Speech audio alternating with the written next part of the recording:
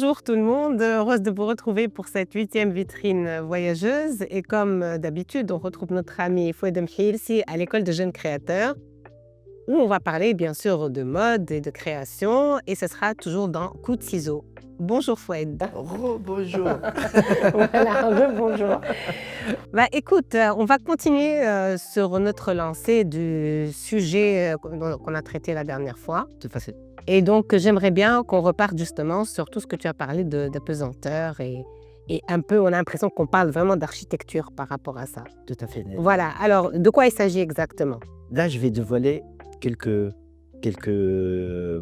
secrets de la mode et d'ailleurs une partie de mes cours que je donne à nos jeunes créateurs. Oui, Merci de le dire tout à l'heure qu'on est dans l'Académie Jeune. bah oui, quand on voit le cadre et tout, franchement, oui, je vous invite à venir voir. C'est fait Voilà. exprès. C'est fait exprès.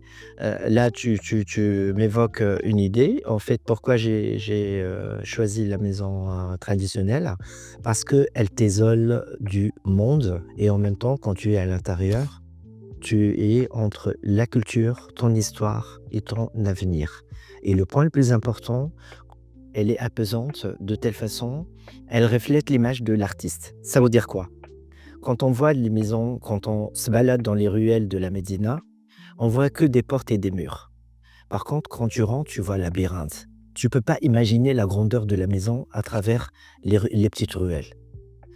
Pour moi, un artiste ou un créateur, c'est monsieur tout le monde qui est hyper cultivé à l'intérieur. Tout à fait. Par contre, là, je vois nos jeunesses maintenant, malheureusement, ils sont très sophistiqués.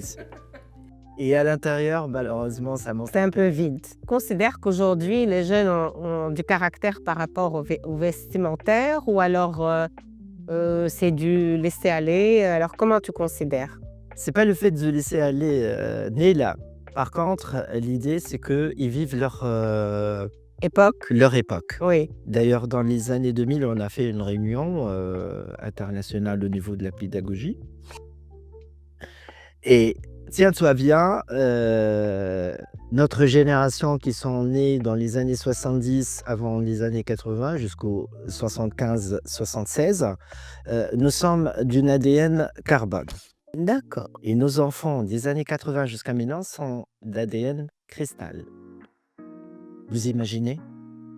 C'est vraiment deux. Déjà, nous, avec le conflit de génération avec nos grands-parents qui ont la même ADN, imaginez nous avec nos enfants. C'est un fossé énorme. Un fossé énorme. Oui. C'est pour cette raison, je demande s'il vous plaît à l'État ou tous les intéressés de changer la pédagogie, la façon de former nos enfants. Ils ont une vision complètement différente de la nôtre. La preuve, les pays les plus développés, ils ont changé déjà. Quand je vois la Finlande, il n'y a plus les examens. On laisse le jeune choisir sa matière.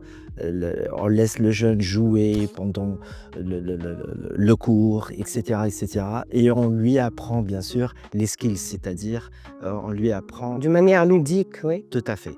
D'accord. Ça, c'est un autre sujet Oui. que j'aimerais bien parler, le fait comment déclencher l'information qui existait déjà dans le synapse au niveau du cerveau.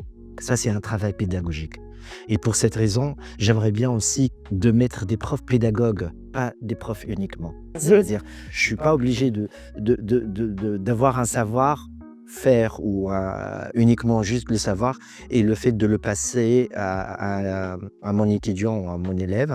Là, je crois que j'ai passé une information. Il y a tout un travail. Il y a un travail pédagogique plus sophistiqué, plus rigoureux que ça. Est-ce que faire des études aujourd'hui de mode ou justement suivre toute une pédagogie est obligatoire aujourd'hui dans le monde de la mode? Tout à fait, Néla.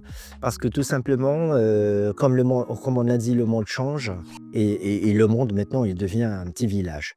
Dans le sens, chaque pays maintenant, elle doit exporter et elle doit exploiter son savoir.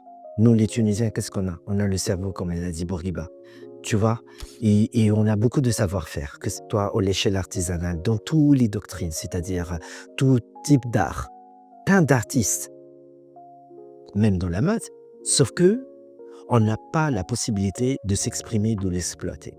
Donc déjà, il faut commencer par la vraie formation, une vraie formation. Arrêtons de former par plagiat. de refaire les moules des pays occidentaux, voilà, d'autres pays et les impliquer dans notre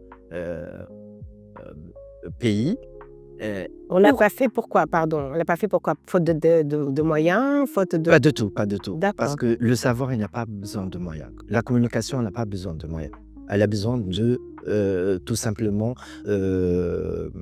d'une bonne passation et de courage et donner la possibilité. Et surtout maintenant, nous sommes dans une décennie de communication média, médiatiser, médiatiser. La preuve, pourquoi on parle de ça? Pour médiatiser ces informations. tout à fait. Pour cette raison, avant de finir la rubrique, je te donne un titre d'exemple. Tout le monde, et dernièrement, ils ont entendu qu'on a un grand Khaïter alayhi wa Azdin alayhi, mais ils ne connaissent pas qu'est-ce qu'il a fait Azdin alayhi. Pourquoi il a changé le monde. Azdin alayhi, il a un background de créateur d'objets. Quand on parle d'un créateur d'objets, il faut que l'objet soit beau de toutes les faces. Azdin alayhi, quand il crée une robe ou un vêtement, il l'aime pas sur le côté gauche ou derrière, il la brûle. D'accord. Déjà de 1. C'est pas ça l'idée. Je vais vous éblouir encore une fois. Nous, quand on marche, on lève un pied et on descend un autre, donc on fait un mouvement d'oscillation. Oui. D'accord? Imaginez un mannequin, depuis le début du podium jusqu'à la fin, elle bouge comme ça, son corps elle bouge comme ça, et la robe à 5 cm, elle bouge pas. Donc C'est c'est la une question réponse de à la remarque. la Comment pesanteur. contrarier la loi pesanteur. D'accord. En fait, ça rappelle quoi? Ça rappelle quand on monte dans une voiture de luxe, soi-disant, avec les trous qu'on a, on ne bouge pas, Oui, grâce sent aux amortisseurs. tout à fait. Donc, Azdin alayhi, il a créé des amortisseurs dans la robe. D'accord. Monsieur tout le monde ne voit pas, elle voit le décor, la broderie, machin, etc. Et d'ailleurs, je donne à titre d'anecdote, pas mal de robes que je vois en Tunisie, à la Blimam, mais quand la mariée, elle bouge, déjà la robe comme comme un ballon de basket.